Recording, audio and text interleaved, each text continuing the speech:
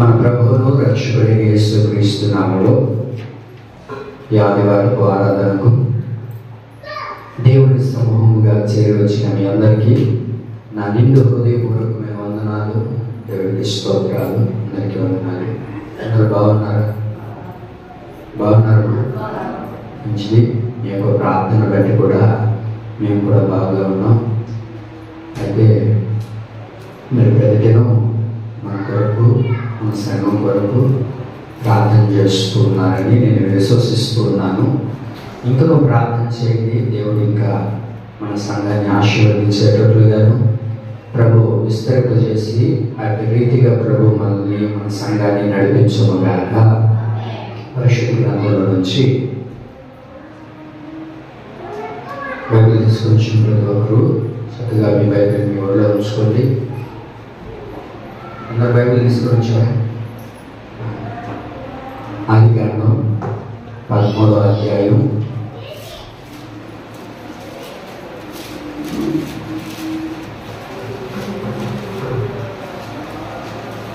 ఆదికాండం 13వ అధ్యాయం 14వ వాక్యాన్ని నేను చదువుతాను, సార్ వినండి.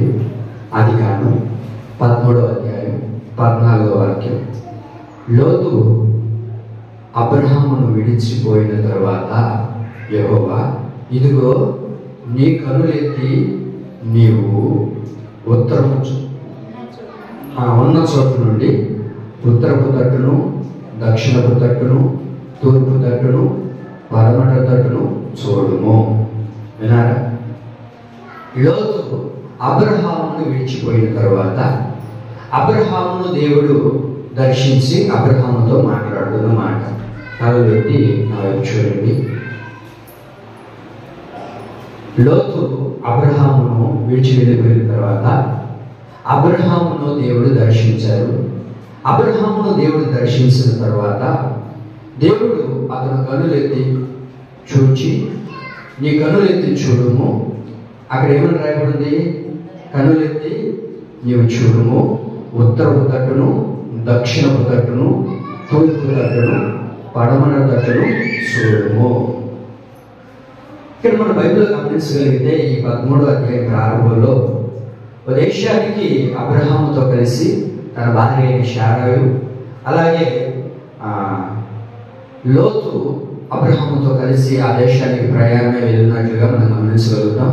ఆ తర్వాత దేవుడు బహు విస్తారంగా అబ్రహామును ఆశీర్వదించడం ప్రారంభించారు. ఆశీర్వదించబడిపోయిన తర్వాత ధనము, వారికి ఉన్న ఆస్తి విస్తరించబడిపోవడం తర్వాత వారు ఏం కలిగిందయ్యా అంటే విభేదాలు కలిగాయి. ఏం కలిగాయి? అక్కడ విభేదాలు కలగడం ద్వారా లోతు ఏం చేశాడంటే అబ్రహామును విడిచి దూరం అనగొడుతున్న సొదొమ పట్టణానికి వెళ్ళినట్లుగా మనం గమనించగలుగుతాం. మన జీవితంలో కూడా దేవుడికి ఎప్పుడు దూరం అయిపోతాము అని అంటే, మన జీవితంలో ధనాపేక్ష ఎప్పుడైతే కలుగుతుందో మనం కూడా దేవుడికి దూరం అయిపోయేవారుగా మార్చబడతాం. బైబిల్ ఇలా రాయబడింది కదా, ధనం ఎక్కడ ఉండను చెప్పండి. ధనం ఎక్కడ ఉండను, వాడి హృదయం కూడా అక్కడే ఉంటుందని బైబిల్ యొక్క వాక్యం సెలవిస్తుంది. చూడండి, చాలా మందికి ఈ రోజుల్లో అయితే మీ అందరికి లేదు కానీ ఆ ఉండే వాళ్ళ పరిస్థితి, గుండె ఏమని కొట్టుకుంటుంది? Lub dub lub dub lub dub అని కొట్టుకుంటుంది కదా. కానీ ధనాపేక్ష కలిగిన వాడికి ఏమని కొట్టుకుంటుంటుందో తెలుసా? డబ్బు డబ్బు డబ్బు డబ్బు.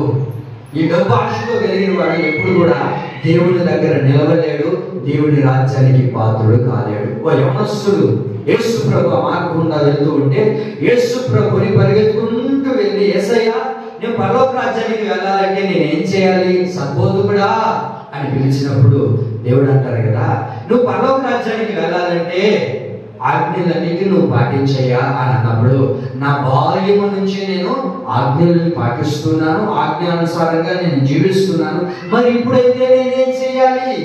ఇంకా నేనేం చేయాలి అని అన్నప్పుడు యేసయ్య అంటారు కదా, నీకున్న ధనాన్ని నువ్వు అమ్మి పేదలకు పంచిపెట్టి నీవు నన్ను వెంబడించుము అన్న తర్వాత ఆ ధనవంతుడు, ఆ యవనస్తుడు ఏం చేశాడు? తన ముఖం చిన్నపుచ్చుకొని దుఃఖముతో వెళ్ళిపోయినట్లుగా బైబిల్లో చూడగలుగుతాం. ఆ తర్వాత యేసయ్య అన్న మాట ఏంటంటే, ఒంటి చెప్పండి, ఒంటి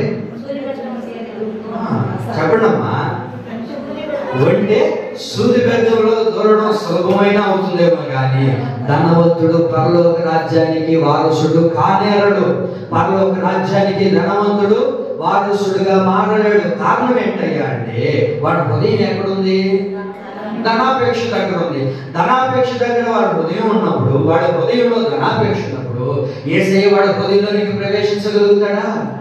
లోతు ఎందుకు అబ్రహామును విడిచిపెట్టి సొదొమ గొమొర్రా పట్టణానికి వెళ్ళాడు అంటే ఆస్తి విచ్చరించబడిపోవడం తర్వాత, ఆస్తి విచ్చరించబడిన తర్వాత లోతు అబ్రహామును విడిచి సొదొమ పట్టణానికి వెళ్ళినట్లుగా మనం బైబిల్లో చూడగలుగుతున్నాం.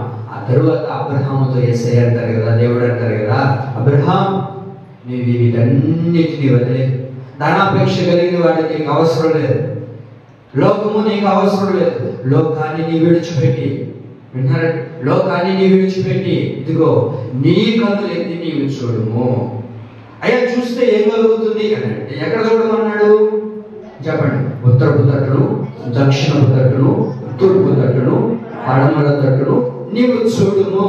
ఆ చూసిన తర్వాత అబ్రహాము జీవితంలో ఏం కలిగిందయ్యా అంటే దేవుడు అత్యధికంగా అతన్ని ఆశీర్వదించినట్లుగా, విస్తారముగా ప్రభు అతన్ని దీవించినట్లుగా మనం బైబిల్లో చూడగలుగుతాం. నీ సంతానాన్ని నేను విస్తరింపజేస్తాను, ఇసుక రేణువుల వలె నేను చేస్తాను, లెక్కలేనంత విస్తారమైన ధనాన్ని నేను నీకు అనుగ్రహిస్తాను. ఏ ఆశీర్వాదాన్ని అయితే నీవు పొందుకోవాలని ఎదురు చూస్తూ ఉన్నావో ఆ సకల ఆశీర్వాదాలన్నిటినీ నేను నీకు కలగజేస్తాను.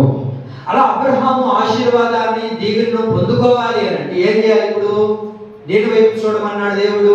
ఉత్తరపు తట్టును, చెప్పండి, ఉత్తరపు తట్టును, దక్షిణపు తట్టును, తూర్పు తట్టును, పడమర తట్టును చూడమన్నాడు.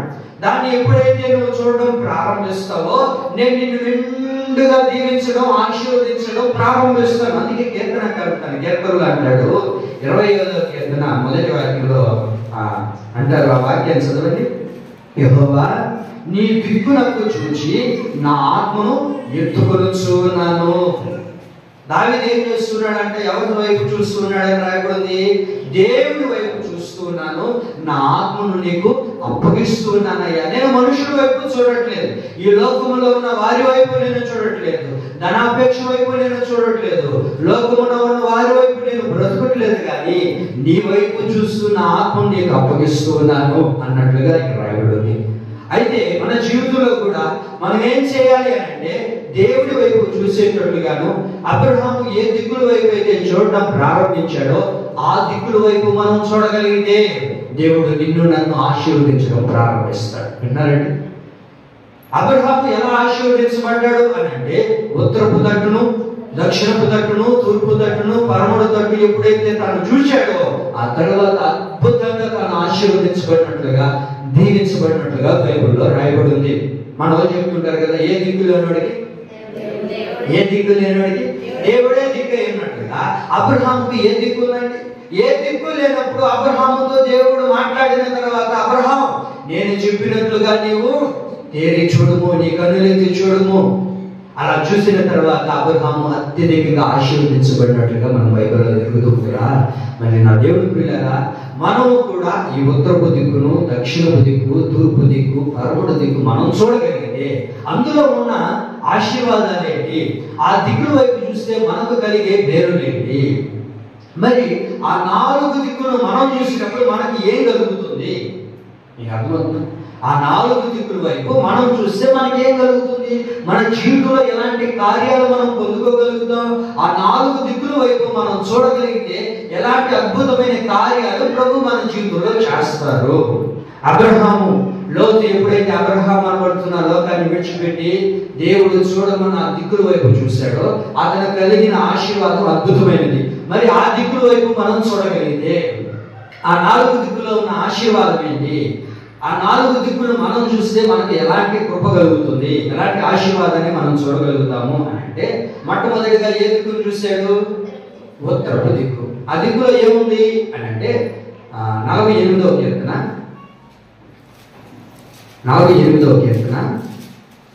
2వ వాక్యాన్ని మనం చదువుతున్నాం. అందరు తీసారా? చదువుతాక. ఉత్తరపు దిక్కున మహారాజు పట్టణమైన సియోను పర్వతము రమ్యమైన ఎత్తుగల కోట నుండి సర్వభూమి సంతోషకరంగా ఉన్నది. ఉత్తరపు దిక్కున ఏముందయ్యా అంటే దేవుని వలన సంతోషం ఉంది. చెప్పండి, ఉత్తరపు దిక్కులో ఏముంది? దేవుని వలన పొందుకునే సంతోషం ఉంది. అబ్రహామును ఎంతగా ఆశీర్వదించబడడానికి కారణం ఏంటయ్యా? దేవుడి నిన్ను ఉత్తర దిక్కు చూడమన్నాడు కదా. ఆ ఉత్తర దిక్కులో ఏమి దాగి ఉంది అని అంటే దేవుని వలన సంతోషం దాగి ఉందయ్యా. నేను అంటాను, లోతు ఎప్పుడైతే తనను విడిచిపెట్టి వెళ్ళిపోయాడో, లోతు ఎవరు? అబ్రహాంకి ఏమవుతాడు? చెప్పండి, ఏమవుతాడు? ఏదో వాడు చెప్పండి. తమ్ముడు అవుతాడా, అన్న అవుతాడా, కొడుకు అవుతాడా? అది ఏమవుతాడు? కొడుకు అవుతాడు కదా, కొడుకు అవుతాడు. మరి ఆ కుమారుడు విడిచిపెట్టి వెళ్ళిపోయిన తర్వాత ఎందుకు అంటే లోతుకు తండ్రి చనిపోయాడు. లోతు యొక్క వాళ్ళ నాన్న చనిపోయిన తర్వాత చిన్నప్పటి నుంచి ఎవరి దగ్గర బ్రతుకుతున్నాడు? ఇప్పుడు లోతు అబ్రహాంతోనే బ్రతుకుతున్నాడు. ఒక కన్న కొడుకు లాగా అతను పెంచుకొని ఆరాధనగా చేస్తూ ఉంటాడు. మళ్ళీ అలాంటి వ్యక్తి దూరం అయిపోతే అబ్రహాం సంతోషం ఉంటుందండి? బాధే కలిగి ఉంటుంది. మరి బాధ కలిగినప్పటికీ ఎప్పుడైతే తాను ఉత్తర దిక్కు వైపు చూడగలిగాడో వెంటనే అతనికి ఏం కలిగింది అంటే దేవుని వలన సంతోషం కలిగింది. ఆమేన్. కాబట్టి మన జీవితంలో మనం ఎప్పుడైతే దేవుని వైపు చూడగలుగుతామో దేవుని బట్టి మనం సంతోషపడాలి, కానీ మనుషుని బట్టి మనము సంతోషపడకూడదు. ఏ మనుషుడు కూడా ఏ వ్యక్తిని పరచనేరడు. ఏ వ్యక్తి అయినా ఒక వ్యక్తిని సంతోషపరచగలుగుతాడండి? ఒక వ్యక్తిని సంతోషపరిచాడు అంటే అది ఎంతసేపు ఉంటుంది? ఒక 10 నిమిషాలు, లేకపోతే ఒక రోజు, 2 వారాలు, లేకపోతే ఒక సంవత్సరము. ఆ తర్వాత ఏమైపోతుంది? తన ద్వారా దుఃఖమే ప్రారంభించబడుతుంది, కానీ సంతోషం ఏ మనుషుడి ద్వారా రాదు. అందుకే బైబిల్ వాక్యం సెలవిస్తుంది ఏంటంటే యెహోవాను బట్టి నీవు సంతోషించాలి. అలా సంతోషించాలంటే ఉత్తరపు దిక్కులో ఏముంది? దేవుని వలన సంతోషం దాగి ఉంది. దేవుడు మాత్రమే మనల్ని సంతోష పెట్టగలుగుతాడు. ఎవరు సంతోష పెడతారు? చెప్తారు. ప్రేమించిన వాళ్ళ ఎంతసేపు? సరే, ప్రేమించిన అమ్మాయి ఎంతసేపు తమ్ముడా? ఒక అమ్మాయిని ప్రేమించామనుకో ఎంతసేపు సంతోష పెట్టగలుగుతుంది? 1 సంవత్సరము, 2 సంవత్సరాలు. ఆ తర్వాత ఏమవుతుంది తమ్ముడా? నువ్వు నన్ను పట్టించుకోవట్లేదులే, నా మీద ప్రేమ పోయింది నీకు. ఇప్పుడు నీకేం కలుగుతుంది? మనుషుల ద్వారా చెప్పండి, ఏం కలుగుతుంది? దుఃఖం కలుగుతుంది, వేదన కలుగుతుంది, బాధ కలుగుతుంది. ఎవరి ద్వారా అయితే నువ్వు సంతోషంగా బ్రతకగలుగుతాను, ఇంక వీటిని నేను పెళ్లి చేసుకుంటే ఇక నా జీవితం మారిపోతుంది, ఇక నేను సంతోషంగానే జీవించగలుగుతాను అని అనుకుని వివాహం చేసుకున్న వారి కుటుంబాల్లో ఎంతో మంది వారి జీవితాన్ని దుఃఖాక్రాంతులుగా మార్చబడిపోవడానికి కారణం ఏంటంటే మనుషుల వల్ల సంతోషం కావాలనుకున్నారు. మనుషుల వల్ల సంతోషం కావాలనుకున్న ఆ వ్యక్తికి ఏం కలుగుతుంది? దుఃఖమే ఎదురవుతుంది, కానీ సంతోషం ఏమాత్రం రాదు. సంతోషం ఒక వ్యక్తికి కలగాలి అంటే ఏం చేయాలి? ఎవరి వైపు చూడాలి? దేవుడి వైపు చూడాలి. దేవుడి వలన మాత్రమే మనకు సంతోషం కలుగుతుంది, కానీ లోకములో ఉన్న దాని కొరకు మనం పరుగులు ఎత్తగలిగితే సంతోషం ఏమాత్రం ఉండదు. మనకు బాగా తెలిసిన వ్యక్తి. ఎంతమంది భార్యలు అయింది చెప్పండి? ఎంతమంది? తెలియదు మీకు? శాంసంగ్కి, సొలొమోన్కి ఎంతమంది భార్యలు? అందరు కలిపి ఎంతమంది? ఎంతమంది? 10,000 మంది.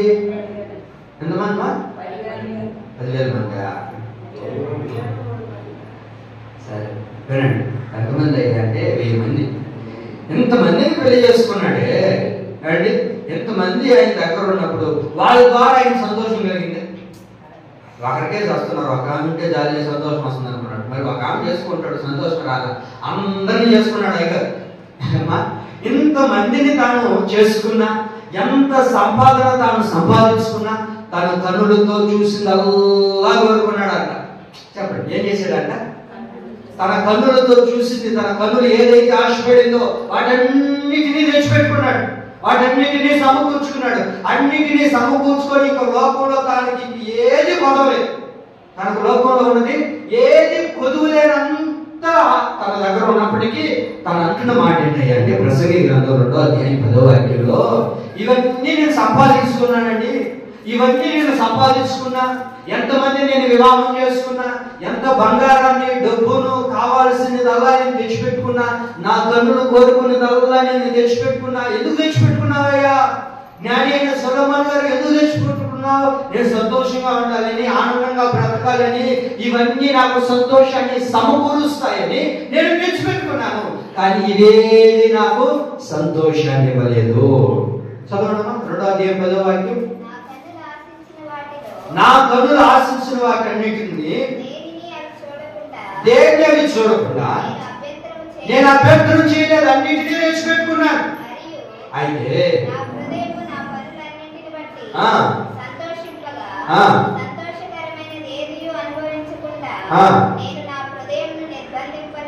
చాలండి వినండి. ఏమంటున్నాడయ్యా జ్ఞాని సొలొమోను అంటే, అన్నిటినీ తెచ్చిపెట్టుకున్నాను, అయితే నా హృదయానికి ఏమాత్రం సంతోషం లేదు, నా హృదయంలో ఏమాత్రం నెమ్మది లేదు. ఎటువైపు చూసినా అసమాధానం నా జీవితంలో ఏర్పడి వేస్తుంది. ఎటువైపు చూసినా నా బ్రతుకు ఏమాత్రం సంతోషకరంగా నేను ముగించలేకపోతున్నాను. కారణం, లోకములో ఉన్నవన్నీ తనకు సంతోషం కలగజేస్తాయి అనుకున్నాడే కానీ తనకు ఏమాత్రం సంతోషాన్ని కలగజేయలేదండి. లాస్ట్ మనం చూడగలుగుతాం. ఎలా అయిపోయాడు జ్ఞాని సొలొమోను? ఎలా అయిపోయాడు? ఒక భ్రష్టుడుగా మార్చబడిపోయాడు. దేవుడి దగ్గర సంతోషాన్ని పొందుకోవాల్సిన వ్యక్తి లోకములో ఉన్న వాటి కోసం ఆశపడి, లోకములో ఉన్నవన్నీ తెచ్చిపెట్టుకొని ఏమాత్రం సంతోషం లేకుండా ఏమైపోయాడు? భ్రష్టుడుగా ఒక వ్యక్తిగా మార్చబడిపోయాడు. ఆ దేవుని ప్రియులారా, యెహోవా వలన మాత్రమే మనకు సంతోషం కలుగుతుంది కానీ లోకములో మరి దేని ద్వారా సంతోషం కలగదు. సంతోషం కలుగుతుంది అనుకొని దేని వైపు నువ్వు ఎదిగావో, ఎక్కడికి నువ్వు తిరిగావో నాకు తెలియదు కానీ తద్వారా నీకు దుఃఖము, బాధ, సమాధానం లేని పరిస్థితులు కలుగుతాయే కానీ సంతోషం ఏమాత్రం ఒక వ్యక్తికి కలగదు. ఒక వ్యక్తికి సంతోషం కలగాలి అంటే లోకములో ఉన్న దానిని కాదు వెతకవలసింది, ఆరాధనకు యోగ్యుడైన యేసు క్రీస్తు ప్రభువాన్ని ఎవడైతే వెతకగలుగుతాడో ఆ వ్యక్తికి నమ్మదగిన దేవుడు సంతోషాన్ని కలగజేస్తాడు. కీర్తనకారుడు అంటారు 40వ కీర్తన 16వ వాక్యంలో ఏమన్నాడు?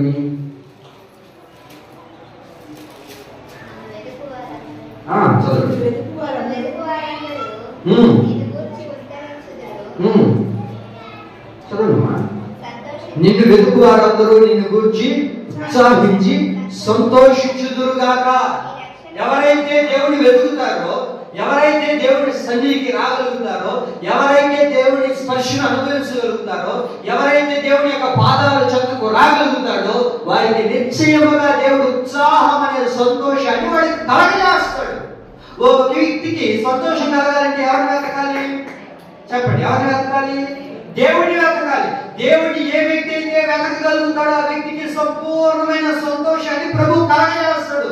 అందులో డౌట్ లేదు.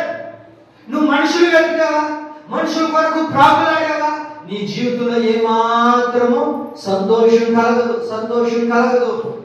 మనం చదువుకున్నాం, జ్ఞాని లోకంలో ఉన్న అన్నిటినీ సంపాదించుకున్నాడు, సంతోషం కలుగుతుందని. అన్నిటినీ వెతికాడు, తన జీవితంలో సంతోషం రాలేదు. నా దేవుని ప్రియులారా, నీవు దేవుని వెతకగలిగితే నీ హృదయంలో ఎంత పెద్ద దుఃఖం ఎదురవుతున్నా నీవు దేవుని దగ్గరికి రాగలిగితే నా దేవుడు నిశ్చయముగా నీకు సంతోషాన్ని ఇవ్వగలిగిన వాడు. సంతోషం కావాలంటే ఎవరిని వెతకాలి? దేవుని వెతకాలి. దేవుని నీవు ఎప్పుడైతే వెతకడం ప్రారంభిస్తావో నిశ్చయముగా దేవుడి నీకు సంతోషాన్ని ఇవ్వగలిగిన దేవుడు. అయితే మనం దేవుడిని వెతకగలుగుతున్నామా? బైబిల్లో చూడగలుగుతాం. మనం తన దగ్గర ఉన్న విగ్రహాలను పోగొట్టుకున్నాడు. తీసుకుని వెళ్ళిపోయిన తర్వాత దాన్ని 7 దినాలు వెతికాడంట. ఎన్ని దినాలు వెతికాడంట? 7 దినాలు వెతికాడంట. అయ్యా లాభాలు, ఎందుకయ్యా 7 దినాలు వెతికావు అని అంటే, వాటి ద్వారా నాకు సంతోషం కలుగుతుంది, వాటి ద్వారా నేను ఆనందంగా బ్రతుకుతానని అనుకున్నానయ్యా. కానీ దానిలో ఏమాత్రం సంతోషం లేదు, నెమ్మది నాకు కలగలేదు. కానీ యేసయ్యను వెతకగలిగితే, యేసయ్య దగ్గరకు నువ్వు రాగలిగితే, లాభాలు దేని దగ్గర వెతకడం ప్రారంభించాడు? విగ్రహాలను వెతకడం ప్రారంభించాడు. అబ్రహాం లోతు క్షమించండి, లాభాలు దేని వెతకడం ప్రారంభించాడు? విగ్రహాలను వెతకడం ప్రారంభించాడు. విగ్రహం అంటే బైబిల్ ఏమని రాయబడింది? నువ్వు దేనినైతే ఎక్కువగా ఎక్కువగా ప్రేమిస్తున్నావో, దేన్నైతే ఎక్కువగా నువ్వు ఆశపడుతున్నావో అందులో నీకు సంతోషం దొరుకుతుంది అనుకుంటున్నావేమో. అందులో పొరపాటున సంతోషం ఉండదు. ఒక మంచి సినిమా రిలీజ్ అయింది, ఎంతప్పుడు ఒక మంచి సినిమా రిలీజ్ అయింది, అక్కడికి వెళ్తే ఇంకా ఫస్ట్ రోజు వెళ్తే ఎలా అనుకుంటున్నా చెప్పండి. అయ్యా మాకు తెలుసా అసలు సినిమాలో చూడమన్నా మేము అసలు ఫోన్లో వస్తేనే అటుపక్కన మీరు అసలు అన్నట్టు కూర్చొని ఉంటారు. చెప్పండి మా ఎలా ఉంటుంది సరే మీరు చూడండి. మీ స్నేహితులు చెప్తారు ఎట్లా ఉంటుందంట, గందరగోళంగా ఉంటుందంట. ఎక్కడ వేస్తారు సినిమా? థియేటర్లో.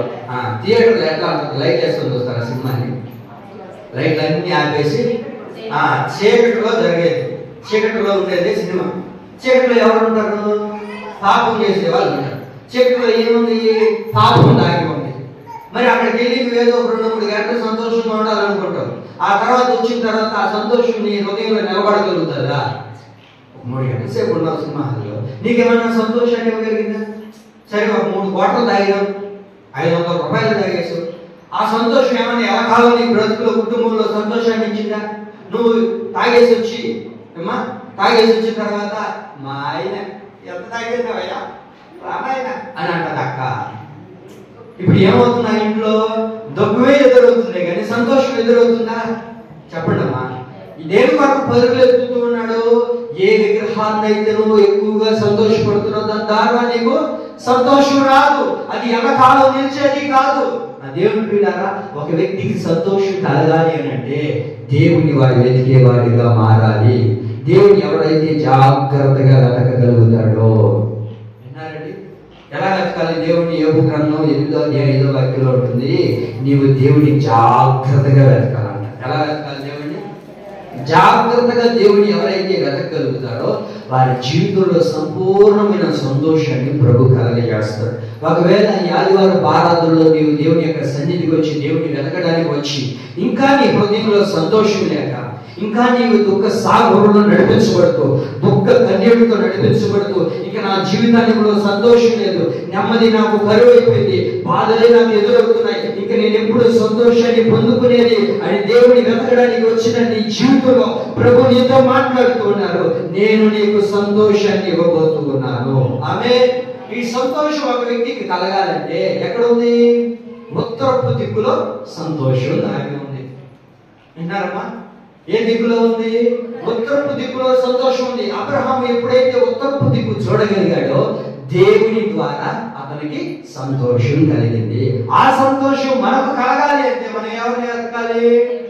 దేవుడిని వెతకాలి. నీవు దేవుడిని వెతకడం ప్రారంభిస్తే నీ జీవితంలో కూడా దేవుడు సంతోషాన్ని కలగజేస్తాడు. విగ్రహాల వైపు నువ్వు ఇష్టపడుతున్న దాని వైపు, లోకములో ఉన్న వాటి వైపు నువ్వు పరుగులెత్తద్దు. పరుగులెత్తినా ఎంత ప్రయాసపడినా అది అంత వ్యర్థమే. కానీ ఏమిటి? అది ఏది కూడా నీకు సంతోషాన్ని ఇవ్వదు. నీకు సంతోషం కలగాలంటే దేవుని నీవు వెతకాలి, దేవుని దగ్గరికి రావాలి, ఆయన సన్నిధిలో నువ్వు కూర్చోగలిగితే సంపూర్ణమైన సంతోషం నా ప్రభు నీకు అనుగ్రహిస్తాడు. గుర్తుపెట్టుకోండి, ఉత్తరపు దిక్కులో ఏముంది? సంతోషం దాగి ఉంది. ఆదికాండం 12వ అధ్యాయము 9వ వాక్యం. రెండో దిక్కు ఏంటి? దక్షిణ దిక్కు. ఆ దక్షిణ దిక్కులో ఏముందయ్యా అంటే 12వ అధ్యాయము 9వ వాక్యం చదవండి. అబ్రహాము ఇంకా ప్రయాణం చేయొచ్చు దక్షిణపు దిక్కుగా వెళ్ళేను. ఈ దక్షిణపు దిక్కులో ఏముందయ్యా అంటే శోధనలు నిలిచి ఉన్నాయి. చెప్పండి, ఏముంది? శోధనలు నిలిచి ఉన్నాయి. దక్షిణపు దిక్కులో ఏముంది? శోధన ఉంది. ఈ శోధన మార్గంలో అబ్రహాము వెళ్ళాడా లేదా? వెళ్ళాడు. ఆ దక్షిణ వైపుగా తాను వెళ్ళిన తర్వాత తనకేం కలిగినప్పుడు ఆ దేశంలో కరువు వచ్చెను. ఆ దేశంలో కరువు భారంగా ఉన్నందున అబ్రహాము ఐగుప్తు దేశంలో నివసించుటకు అక్కడికి వెళ్ళెను. వినండి, శోధన మన జీవితంలో కలుగుతాయి. శోధనలు అనేవి మన జీవితంలో కలుగుతాయి. ఆ శోధన వెనకనే దేవుడు దేన్ని దాచి ఉంచుతాడు? ఆశీర్వాదాన్ని దాచి ఉంచుతాడు. అమ్మో నాకు శ్రమలు కలిగాయి, నాకే కష్టాలు వచ్చాయి, నాకే బాధలు కలిగాయి అని ఒకవేళ నువ్వు అనుకుంటున్నావేమో. అబ్రహాము నువ్వు వెంటనే ఆశీర్వదించబడ్డావయ్యా అని అంటే, లేదయ్యా నా జీవితంలో కూడా శోధన వచ్చాయి, నా జీవితంలో కూడా కష్టాలు ఎదురయ్యాయి, నా జీవితంలో కూడా బాధలు ఎదురయ్యాయి, నేను కూడా కన్నీరు కార్చాను. కారణం ఏంటో తెలుసా? నేను ఆ దక్షిణపు మార్గం గుండా వెళ్ళాను. దక్షిణపు మార్గం గుండా ఏముందయ్యా అంటే శోధనలు నిలిచి ఉన్నాయి. ఆ శోధనలో ఏ వ్యక్తి అయితే నిలబడగలుగుతాడో వాటిని నిశ్చయముగా దేవుడు ఆశీర్వదించడం ప్రారంభిస్తాడు. ఒక క్రైస్తవుడు ఏమంటే పరిమళించాలి అంటే అతని జీవితంలో ఏం రావాలి? శోధనలు ఎదురవ్వాలి. ఒక వ్యక్తి, ఒక ఆత్మీయుడు, దేవుని ఆరాధిస్తున్న ఒక బిడ్డ, అతని జీవితం పరిమళ వాసనగా మార్చబడాలంటే, తన జీవితం పరిమళ సువాసనగా దేవుడు చేయాలి అని అంటే అతను ఎక్కడ నిలిచి ఉండాలో తెలుసా? శోధనలో నిలిచి ఉండాలి. ఏ వ్యక్తి అయితే శోధనలో నిలబడగలుగుతాడో ఆ వ్యక్తి యొక్క జీవితాన్ని పరిమళ సువాసనగా దేవుడు మారుస్తాడు. మీకు అర్థమైందండి? దేవుడు ఒక వ్యక్తిని పరిమళ సువాసనగా మార్చాలంటే ఏమవ్వాలి? ఆ వ్యక్తి శోధనలో నిలిచి ఉండాలి. ఏ వ్యక్తి అయితే శోధనలో నిలవగలుగుతాడో అతని జీవితాన్ని పరిమళ సువాసనగా మారుస్తాడు. వినండి, మీకు అర్థమైతే చూద్దా. జయముతల్లి గారు అమ్మా విన్నారు? జయముతల్లి, రత్నక్క, మీరందరూ బాగా మంచి ఉద్యోగం చేస్తున్న వాళ్ళే కదా, ఉద్యోగంలో ఉన్నవాళ్ళు, ఉద్యోగం చేసుకునే వాళ్ళు. అయితే మీ అందరికీ వినండి, మీ అందరిని పిలిచి, గవర్నమెంట్ పిలిచి, మా రామ్మ నీకు జాబ్ ఇస్తాను, నువ్వు టీచర్గా అయితే బాగుంటావు, ఏమక నువ్వు టీచర్ అందరికీ బాగుంటావు రామ్మ రత్నమ్మ అని చెప్పి పిలిచి ఇచ్చారా? ఇచ్చారా? చెప్పండి. కష్టపడి ఏం చేశారు? చదివారు. ఆ కష్టపడి చదవడంలో ఏముంది? కష్టం దాగి ఉంది, శ్రమ దాగి ఉంది, శోధన దాగి ఉంది. వీటన్నిటిని మీరు చేయగలిగారు కనుక మీకేమైంది? చెప్పండి, మీకేమైంది? ఓ మంచి ఉద్యోగం కలిగింది. మీరు ఏదైతే ఆశపడ్డారో ఆ ఉద్యోగానికి మీరు వెళ్ళగలిగారు. ఆ ఉద్యోగాన్ని మీరు చేస్తున్నారు. దానికి కారణం ఏంటి? దాని వెనక ఏం దాగి ఉంది? ఒక గొప్ప శ్రమ దాగి ఉంది, ఒక గొప్ప శోధన దాగి ఉంది, ఒక గొప్ప కష్టం దాగి ఉంది. దాని ప్రతిఫలాన్ని ఈ రోజు మీరు అనుభవించగలుగుతున్నారు. మీకు అర్థమైంది? ఇప్పుడు శోధనలు, శ్రమలు, కష్టాలు ఇవన్నీ మాకు వద్దండి, మేము చదవలేకపోతున్నాం, మళ్ళీ రిస్క్గా ఉన్నది అని అన్నాం అనుకో, నీకు ఉద్యోగం వస్తుందా? చెప్పండి, ఉద్యోగం వస్తుందా? రాదు. ఉద్యోగం రాకపోవడాన్ని బట్టి ఏమవుతుంది?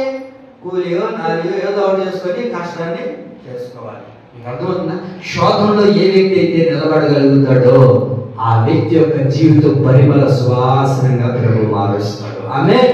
అబ్రహాం ఈనాటికి మనం చెప్పుకుంటున్నామని అంటే అబ్రహాం ఏ మార్గం గుండా వెళ్ళాడు?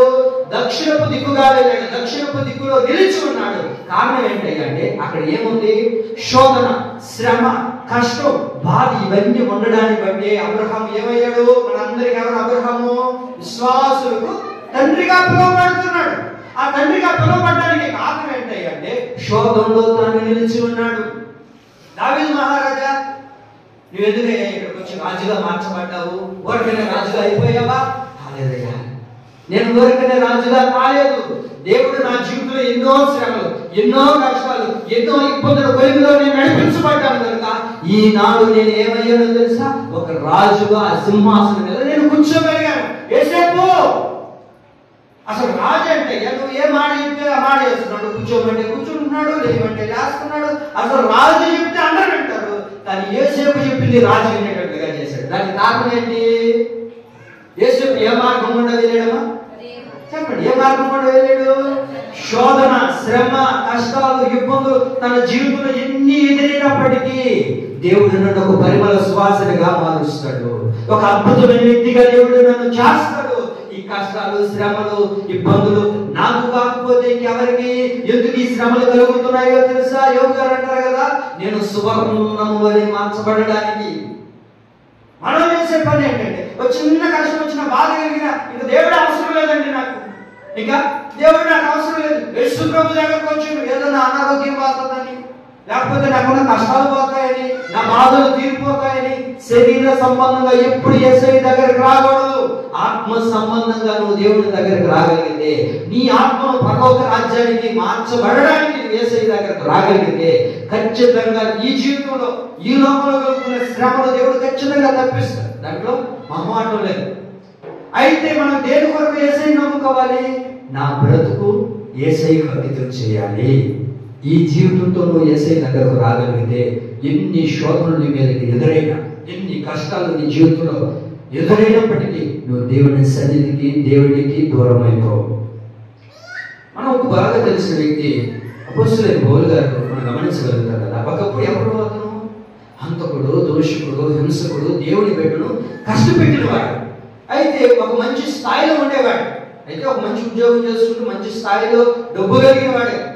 అలాంటి వ్యక్తిని దేవుడు ఎప్పుడైతే దర్శించాడో వెంటనే తనకున్నదంతటిని విడిచిపెట్టి దేవుడి కొరకు తన యేసయ్య శిలువను వెతుకొని కష్టపడడం ప్రారంభించాడు. శ్రమల మార్గం గుండా వెళ్ళాడు. అయితే వెళితే పౌలు గారు అంటారు కదా, అపోస్తలుల కార్యాలు 20:19 వాక్యంలో చూడండి. పౌలు గారు అన్న మాట ఏంటంటే 20వ వాక్యం, 20:19 వాక్యం, 20:19 యూదుల కుట్ర వలన నాకు శోధనలు సంభవించినను కన్నీళ్లు విడుచుచు నేను ఎల్లప్పుడూ ప్రభువుని సేవించుచునే ఉన్నాను. వినండి, చాలు. పౌలు గారికి ఏం కలుగుతుంది అక్కడ? శోధన, శ్రమ, ఇబ్బందులు, కన్నీళ్లు తన జీవితంలో ఎన్ని ఎదురైనప్పటికీ నేను ఎలాగూ ప్రభువుని సేవించుచున్నానో మీకు తెలియదు కదా. ఇవన్నీ నా జీవితంలో కలిగిస్తున్నాయి. బాధలు, కష్టాలు, ఇబ్బందులు నా జీవితంలో ఎదురవుతున్నాయి. కానీ నా దేవుడిని నేను విడిచిపెట్టానా? నా దేవుడికి నేను దూరం అయిపోయానా? నా దేవుడి ప్రక్కన వదిలేసి ఆ హిమాలయ ప్రార్థన మందిరం ఎందుకు? అక్కడ పోతే ఏముంది? ఎప్పుడు చూసినా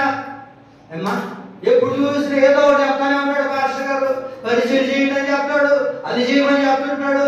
మాకు ఎప్పుడు చూసినా అక్కడ మేము వెళ్ళమండి. ఈ శోధన శ్రమలు జీవితంలో జరుగుతున్నాయి. నువ్వు చూడవలసింది ఎవరినో తెలుసా? దేవుడిని చూడాలి. పౌలు గారు ఎవరిని చూశారు? చెప్పండి. పౌలు గారు ఎవరిని చూశారు? దేవుడి వైపు చూస్తూ దేవుడిని ఆరాధిస్తూ స్తుతిస్తూ ఉన్నాడే కానీ ఎన్ని శ్రమలు తన జీవితంలో కలిగిన మందిరాన్ని విడిచిపెట్టాడా? దేవుడిని విడిచిపెట్టాడా? వినండి, విడిచిపెట్టాడా? అయితే దేవుడిని ఆరాధిస్తున్నప్పుడు తన జీవితంలో ఏం కలిగిందంట? శోధనలు, సహించలేనంత శోధనలు, కన్నీళ్లు తన జీవితంలో ఎదురైనప్పటికీ దేవుడిని విడిచిపెట్టిన వాడు కాదే కాదండి. మరి నా జీవితంలో కన్నీళ్లు ఎదురొచ్చినా, శ్రమలు ఎదురొచ్చినా సరే మనం దేవుడిని విడిచిపెట్టే వారిగా మనం ఉండకూడదు. మరి శోధన కలిగితే, ఈ శోధన వైపులో మనం నిలబడగలిగితే మనం ఎవరిమని బైబిల్ చెప్తుంది అంటే యాకోబు పత్రిక 1:12 వాక్యంలో ఉంటుంది. యాకోబు 1:12 వాక్యం చూడండి. శోధనను సహించే వారిని వాక్యం ఏమంటుంది? శోధనను సహించేవాడు ఎవరట? వాడు ధన్యుడు. శోధనను సహించే వ్యక్తి ఎవరయ్యా అంటే వాడు ఎవరు రాయబడి బైబిల్లో? వాడు ధన్యుడిగా మార్చబడతాడు. ఒక వ్యక్తి ధన్యుడిగా పిలువబడాలి అని అంటే, దేవుని యొక్క వాక్యం నిన్ను ధన్యుడిని పిలువబడాలి అని అంటే మనం ఏం చేయాలి? శోధనలో నిలిచిన వారిగాను, శోధనను సహించే వారిగా నీవు నిలబడగలిగితే, నీవు నిలిచి ఉండగలిగితే నీవెవడివి? చెప్పండి, నీవెవరివి? ధన్యుడివి. శోధన మన జీవితంలో కలుగుతున్నప్పుడు మనం ఏం చేయాలి? దాన్ని సహించాలి. దేవుడు అక్కడ పర్యాప్తం వరకు నీకు వస్తున్న శోధనను సహించగలిగితే దేవుడు అంటారు నీవు ధన్యుడివి, నీవు ధన్యురాలివి. ఆమేన్. కనుక నా దేవుడి ప్రియులారా, దక్షిణపు దిక్కులో ఏది నిలిచి ఉన్నాయి అంటే శోధనలు నిలిచి ఉన్నాయి. ఆ శోధనలో మనం నిలబడగలిగితే అబ్రహామును ఎలాగైతే దేవుడు ఆశీర్వదించడం ప్రారంభించాడో దేవుడు మనల్ని కూడా ఆశీర్వదించడం ప్రారంభిస్తాడు. అందుకే పేతురు రాసిన 2వ పత్రిక 2:19 వాక్యంలో రాయబడిన మాట ఏంటంటే భక్తులను శోధనలో నుంచి ఎవరు తప్పిస్తారయ్యా అంటే ప్రభువే తప్పించడానికి సమర్థుడని రాయబడి. చదవండి మాట. పేతురు రాసిన 2వ పత్రిక 2వ అధ్యాయం 9వ వాక్యం. భక్తులను శోధనలో నుంచి తప్పించడానికి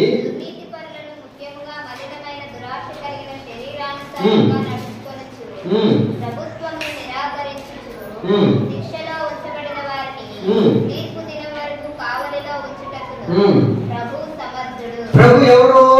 సమర్థుడు. శోధనలో నుంచి ఒక వ్యక్తిని తప్పించడానికి మనం ఆరాధిస్తున్న దేవుడు ఎవరంటే సమర్థుడు. నీ జీవితంలో ఏ శోధన కలుగుతున్నాయో, ఏ శోధనలో నీవు నిలబడి ఉన్నావో నా దేవుని పిల్లరా, ఆ శోధనలో నిలిచి ఉండేటట్లుగా, ఆ శోధనలో నుంచి నిన్ను తప్పించేటట్లుగా నా దేవుడు నీకు సహాయం చేయడానికి సమర్థుడు. ఒకవేళ నీ భర్త మారట్లేదేమో, నీవు కన్నీళ్ళనే శోధనలో ఇంకా నిలిచి ఉన్నావేమో, అదే బ్రతుకుతో నీవు కొనసాగించుకుంటూ ఈ శోధనలు ఇంకెంతకాలం అని ఇంకా కృంగిపోతూ బాధపడుతూ ఉన్నావేమో, నా యేసయ్య అంటున్న మాట ఏంటంటే, భక్తులు శోధనలో నిలిచి ఉన్నా సరే వారిని తప్పించడానికి నేను సమర్థుడనై ఉన్నాను. ఆమేన్. మన దేవుడు ఎవరు? శోధనలో నుంచి తప్పించగలిగిన వాడు. ఆ శోధనలో మనం ఏం చేయాలా? నిలబడాలి. బైబిల్లో ఎంతో మంది భక్తులు చూడగలుగుతాం. వారు అంతటి ఉన్నత స్థానంలోనికి రావడానికి కారణం ఏంటంటే శోధనలో వారు నిలిచి ఉన్నారు. వారు శోధనలో ఏం చేపట్టారు? నిలిచి ఉన్నారు. నీవు నేను శోధనలో నిలబడగలిగితే మనల్ని తప్పించడానికి దేవుడే సమర్థుడిగా నిలుచునుగాక. మూడో దిక్కేది తూర్పు దిక్కు. తూర్పు దిక్కులో ఏముందయ్యా అంటే యెషయా గ్రంథం 41వ అధ్యాయం 2వ వాక్యం. యెషయా గ్రంథం 41 2వ వాక్యం.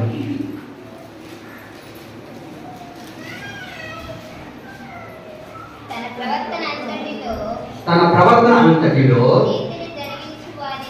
నీతిని జరిగించు వారిని తూర్పు నుండి రేపి పిలిచిన వాడెవడు. వినండి, ఇక్కడ తూర్పు దిక్కున ఏముందయ్యా అంటే దేవుడి యొక్క పిలుపు దాగి ఉంది. ఏముంది?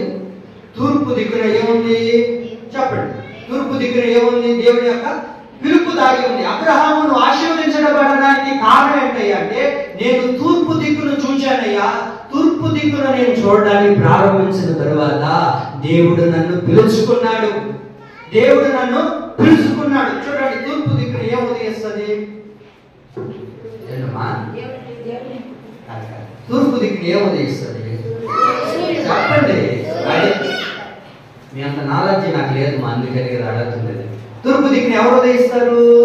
సూర్యుడు ఉదయిస్తాడు. బైబిల్లో నీతి సూర్యుడు ఎవరు? మనం ఆరాధిస్తున్న ప్రభువైన యేసుక్రీస్తు. తూర్పు దిక్కున సూర్యుడు ఉదయించినట్లుగా ప్రతి దినము దేవుడు నిన్ను పిలుస్తూనే ఉంటాడు. ప్రతి దినము దేవుడు మనం ఏం చేస్తుంటాడు? పిలుస్తూనే ఉంటాడు. సూర్యుడు ప్రతిరోజు ఎలాగైతే ఉదయిస్తూ ఉంటాడో అండి, అలాగే నీతి సూర్యుడు అనబడుతున్న యేసుక్రీస్తు ప్రభువు వాడు ప్రతిరోజు నిన్ను దర్శిస్తూనే ఉండాలన్నది దేవుడి యొక్క కోరిక. నిన్ను చూడాలన్నది దేవుడి యొక్క ఆశ. నీతో మాట్లాడాలన్నదే దేవుడి యొక్క కోరిక. నీతో ముచ్చటించాలని, నీ ప్రక్కన కూర్చోవాలని, నీ కన్నీళ్లు తొడవాలని, నీ బాధను తీసివేయాలని దేవుడు మనల్ని పిలుచుకున్నాడు.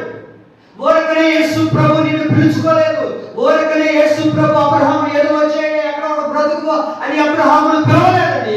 అబ్రహామును పిలవడానికి కారణం ఏంటంటే అతని అత్యధికంగా ఆశీర్వదించాలని.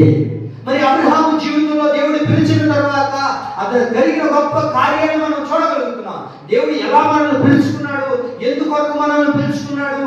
తూర్పు దిక్కున సూర్యుడు ఎలాగైతే ఉదయిస్తున్నాడో ప్రతి ఉదయం నా దేవుడు నిన్ను పిలుస్తూ ఉన్నాడు. ఎందుకు పిలుస్తున్నాడు ప్రతి ఉదయాన్ని దేవుడు అంటే, చూడండి, కొరింథీయులకు రాసిన మొదటి పత్రిక 7వ అధ్యాయం 15వ వాక్యంలో ఇలా రాయబడి ఉంది.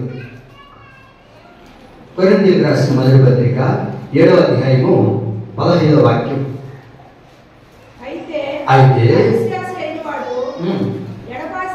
చివరి వాక్యం చదవండి. చివరి లైన్లో సమాధానంగా ఉండేటకు అది ఉదయాన్నే ప్రతి ఉదయాన్నే ఒక సూర్యుడు ఎలాగైతే ఉదయిస్తున్నాడో తూర్పు దిక్కు నుండి, ఎందుకు ఆ సూర్యుడు ఉదయిస్తున్నాడంటే నిన్ను దర్శించడానికి. నీకు సూర్యుడు అనబడుతున్న యేసుక్రీస్తు ప్రభువు వారు ప్రతి దినం ఎందుకు నిన్ను పిలుస్తున్నాడంటే నీకు సమాధానాన్ని కలుగజేయడానికి.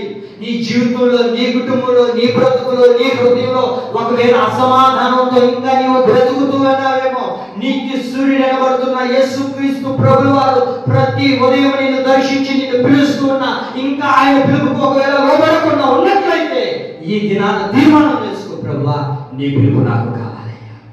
ఎందుకు యేసు ప్రభు పిలుస్తూ ఉండేది? నీకు, నీ కుటుంబానికి సమాధానం కలగచేయడానికి. ఎందుకు యేసు ప్రభు మనల్ని పిలుచుకున్నది చెప్పండి. ఎందుకు పిలుచుకున్నాడు యేసు ప్రభు? సమాధానాన్ని కలగచేయడానికి, నిన్ను సమాధాన పూర్ణుడిగా మార్చడానికి, సమాధానకరమైన వ్యక్తిగా నిన్ను చేయడానికి యేసుక్రీస్తు ప్రభు వారు మనల్ని పిలుచుకున్నాడు. మరి సమాధానంగా యేసయ్య మనల్ని పిలుచుకున్న తర్వాత మనం ఎలా సమాధానంగా ఉన్నాం?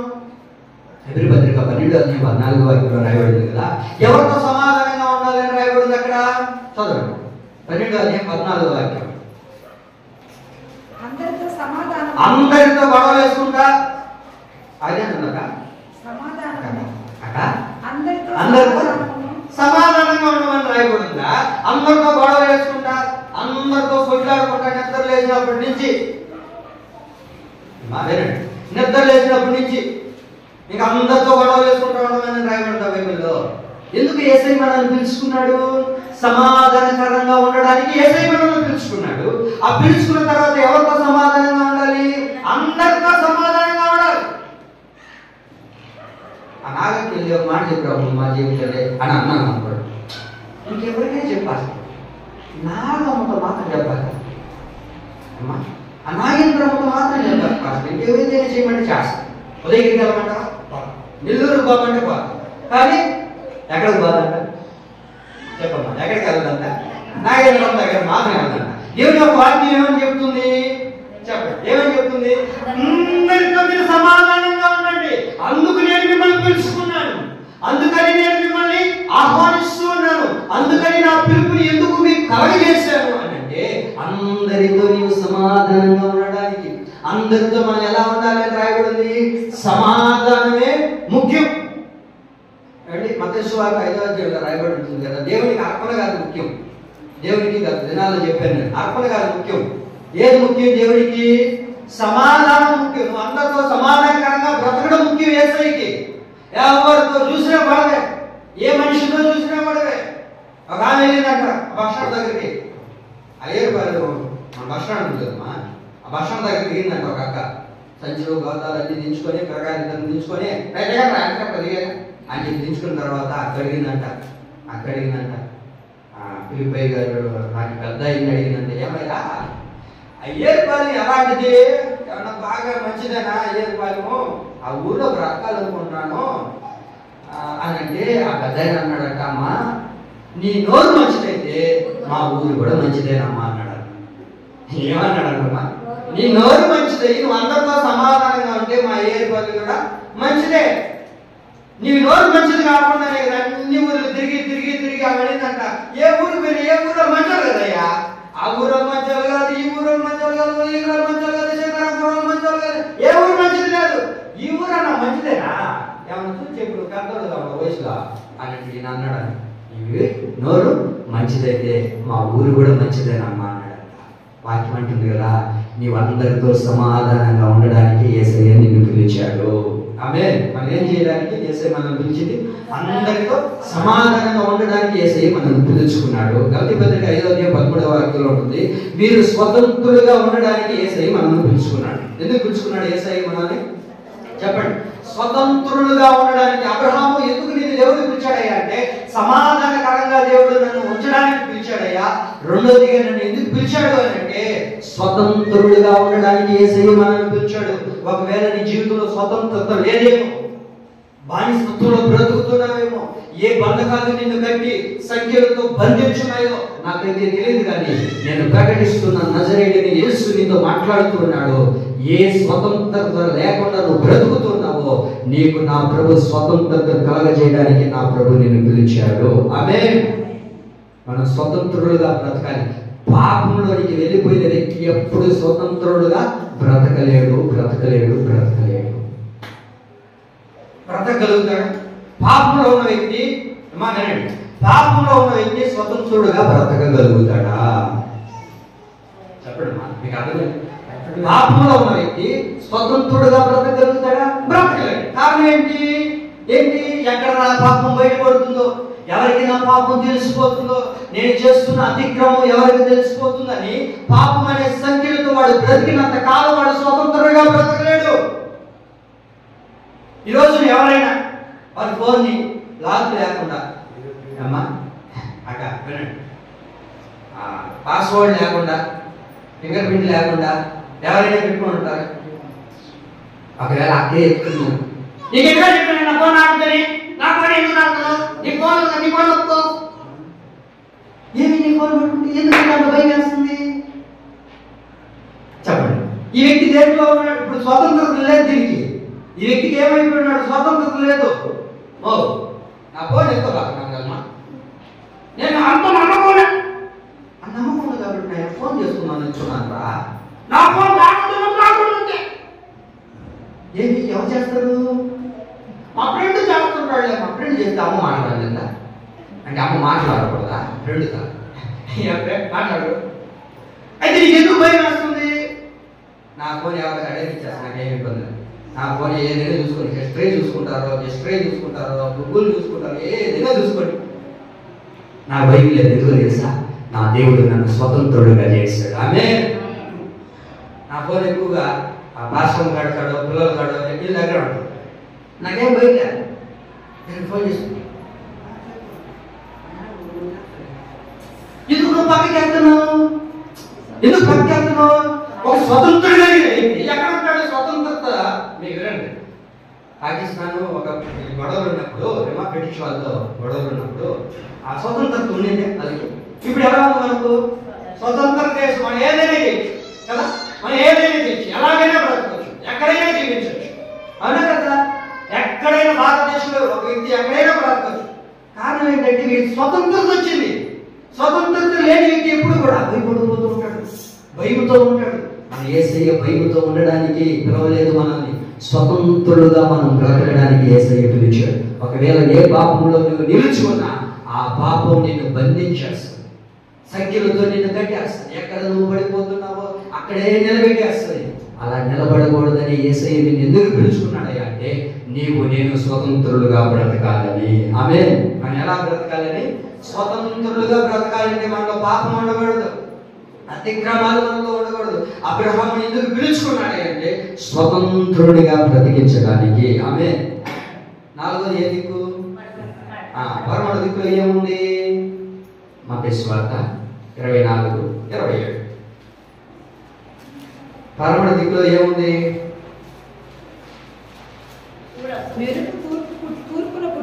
అందరికీ ఏమినమ్మా? అందరు తీసారా?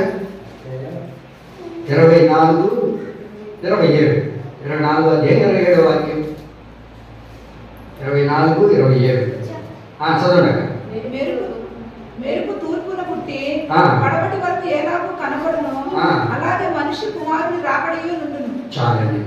ఈ దక్షిణపు దిక్కు ఏముందయ్యా అంటే, పడమటి దిక్కున ఏముందయ్యా అంటే దేవుడి యొక్క రాకడ వరకు కనిపెట్టారు. దేవుని యొక్క రాకడ కొరకు కనిపెట్టే అనుభవం ఉంది. ఎక్కడ ఉంది? పడమటి దిక్కులో ఉంది. ఏముందండి చెప్పండి? ఏముంది? దేవుని రాకడ కొరకు కనిపెట్టే అనుభవం అక్కడ దాగి ఉంది. కనుకనే ఈ 4 అనుభవాలు, ఈ 4 దిక్కులు తాను చూడగలిగాడు కనుక అత్యధికంగా అబ్రహాము ఆశీర్వదించబడ్డాడు. నేను ఆశీర్వదించబడాలి అంటే దేవుని యొక్క రాకడ కొరకు మనం ఏం చేయబడాలా? కనిపెట్టే వారిగా ఉండాలి. దేవుని రాకడ కొరకు అంటే దేవుని మందస్సం కొరకు సమకూర్చబడాలి. దేవుని యొక్క రాకడలో మనందరం సిద్ధపాటు కలిగిన వ్యక్తులుగా మనం మారాలన్నదే దేవుని యొక్క కోరిక. దేవుని యొక్క రాకడ అంటే పరమణ దిక్కును దాగి ఉంది. ఆ పరమణ దిక్కును నువ్వు చూడగలిగితే, దేవుని రాకడ కొరకు నువ్వు కనిపెట్టగలిగితే దేవుని రాకడలో మనందరం ఎత్తబడతాం. ఎందుకు దేవుడు నమ్ముకున్నాం? ఆయన రాకడలో మనము ఎత్తబడాలని, ఆయన రాకడలో మనందరం కూడా సమకూర్చబడాలి అని దేవుని విశ్వసించి దేవుని మార్గాల్లో నడిపించబడుతున్నా మనందరితో యేసయ్య అంటారు, మీరందరూ నా కొరకు కనిపెట్టి ఉండండి, నేను మిమ్మల్ని వచ్చి తీసుకుని వెళ్ళబోతున్నాను. యేసయ్య ఎదుట మనం నిలబడాలంటే ఏ మచ్చ డాగు ముడతైనను నిష్కలంకులు దేవుని కొరకు బ్రతకగలిగితే, అంటే పవిత్రుడిగా పవిత్రాలుగా నీవు యేసయ్యకు అర్పించుకోగలిగితే, నీ జీవితాన్ని దేవుని కొరకు సమర్పణ చేయగలిగితే, నీ బ్రతుకుని దేవుని కొరకు సమర్పణ చేయగలిగితే, దేవుని రాకడ కొరకు నువ్వు కనిపెట్టే వ్యక్తిగా మారగలిగితే దేవుడు అత్యధికమైన కృప నీకు చూపునుగాక. నువ్వు ఏ ఆశీర్వాదం అయితే ఎదురు చూస్తున్నావో ఆ ఆశీర్వాదాన్ని నా ప్రభు నీకు కలగజేస్తాడు. అయితే మనం ఏం చేయాలో తెలుసా? ఆయన రాకడ వరకు మనం ఎలా బ్రతకాలి అంటే పరిశుద్ధంగా. పేతురు రాసిన పత్రిక 3:10 వాక్యం చూడండి. దేవుని రాకడ కొరకు ఎలా ఎదురు చూడాలంటే చదవండి. పేతురు రాసిన 2వ పత్రిక 3:10. వారు అధిక లోకులై కల్పనా వాక్యములు చెప్పుచు మీ వలన లాభం సంపాదించుకొందురు. వారికి పూర్వం నుండి విధింపబడిన తీర్పు ఆలస్యం చేయదు, వారి నాశనము కునికి నిద్రపోదు. దేవదూతలు పాపము చేసినప్పుడు దేవుడు వారిని విడిచిపెట్టక పాతాళ లోకమందలి కటిక చీకటి గల వెలుగులోనికి త్రోసి తీర్పుకు కావలిగా ఉంచబడటం వారిని అప్పగించెను. మరియు ఆయన పూర్వకాలమందున్న లోకమును విడిచిపెట్టక భక్తిహీనుల సమూహం మీదకి జల ప్రళయమును రప్పించినప్పుడు నీతిని ప్రకటించిన నోవాహును మరి 7 కాపాడను. మరియు ఆయన సొదొమ గొమొర్రాలను పట్టణములను భస్మము చేసి ఇవన్నీ లయమైపోవునట్టి గనుక ఆకాశములు రవులుకొని లయమైపోవునట్టియు పంచభూతములు మహావేంద్రంతో కరిగిపోవునట్టియు. ఇప్పుడు చూడండి, దేవుని దినపు రాకడ కొరకు కనిపెట్టుచు దానిని ఆశతో అపేక్షించుచు మీరు ఎలా ఉండాలి? పరిశుద్ధమైన ప్రవక్తలతోనూ భక్తితోనూ ఎంతో జాగ్రత్తగా ఉండండి. మీరు ఎలా ఉండాలి? దేవుని రాకడ కొరకు పరిశుద్ధంగాను భక్తితోనూ మీరు నడిపించబడండి. దేవుని రాకడ కొరకు ఎలా ఉండాలమ్మా మనం? చెప్పండి ఎలా ఉండాలి? పరిశుద్ధంగాను భక్తితోనూ మనం బ్రతకాలి. దేని కొరకు? దేవుని యొక్క రాకడ కొరకు. పరిశుద్ధత లేకుండా, పవిత్రత లేకుండా, అపవిత్రత నీలో చోటు చేసుకుంటే యేసయ్య రాకడలో ఎత్తబడగలుగుతామా? చెప్పండి, ఎత్తబడగలుగుతామా? అదే మొదటి స్త్రీ మనం చూసాం కదా, అది ఎంతగా ఆనందించాడు. నా కొరకు నా భార్య పవిత్రంగా బ్రతుకుతుంది, నా కొరకు నిష్కలంకరాలుగా బ్రతుకుతుంది, నా కొరకు ఎంత నిష్టగా బ్రతుకుతుంది అని సంతోషంతో నింపబడిపోతాడు. అలాగే నేను పవిత్రంగా ఉండగలిగితే దేవుని రాకడ కొరకు, దేవుని రాకడలో అందరం ఎత్తబడుతాము గాక. ఆమేన్. దేవుని రాకడలో మనం ఎత్తబడాలంటే ఎలా ఉండాలి? పరిశుద్ధతను కాపాడుకునేటట్లుగా మారాలి. 4 రోజులు పరిశుద్ధంగా ఉండేది కాదు. 4 రోజులు, 40 రోజులు, 30 రోజులు పరిశుద్ధంగా ఉండే జీవితం కానే కాదు మనది. దేవుని రాకడ పర్యంతం వరకు, దేవుని పిలుపు కొరకు, దేవుని కొరకు ఎదురు చూస్తున్న వ్యక్తి దేవుని రాకడ పర్యంతం వరకు పరిశుద్ధంగాను పవిత్రంగాను జీవించగలిగితే వాడు నిశ్చయముగా దేవుని రాకడలో ఎత్తబడే వ్యక్తిగా నా దేవుడు వాడిని మారుస్తాడు. అలా మారాలి అంటే మనలో ఏముండాలి? పరిశుద్ధత ఉండాలి, పవిత్రత ఉండాలి. ఇది ఎక్కడుంది? ఉత్తరపు పరమట దిక్కులో దాగి ఉంది. పరమట దిక్కులో ఏముంది అంటే దేవుని రాకడ వరకు కనిపెట్టేవారు అన్నాడు. అబ్రహాం వీళ్ళు ఆశీర్వదించబడడానికి కారణం ఏంటయ్యా అంటే ఆయన అంటాడు కదా, అయ్యా ఈ 4 దిక్కులో నేను ఎప్పుడైతే చూశానో నేనేమయ్యాను? ఆశీర్వదించబడ్డాను, దీవించబడ్డాను. ఇలాంటి వ్యక్తులుగా ప్రభు మనల్ని కూడా నిలుపునుగాక. అలాంటి ఆశీర్వాదాన్ని ప్రభు మనకు కలుగచేయునుగాక. ఆమేన్.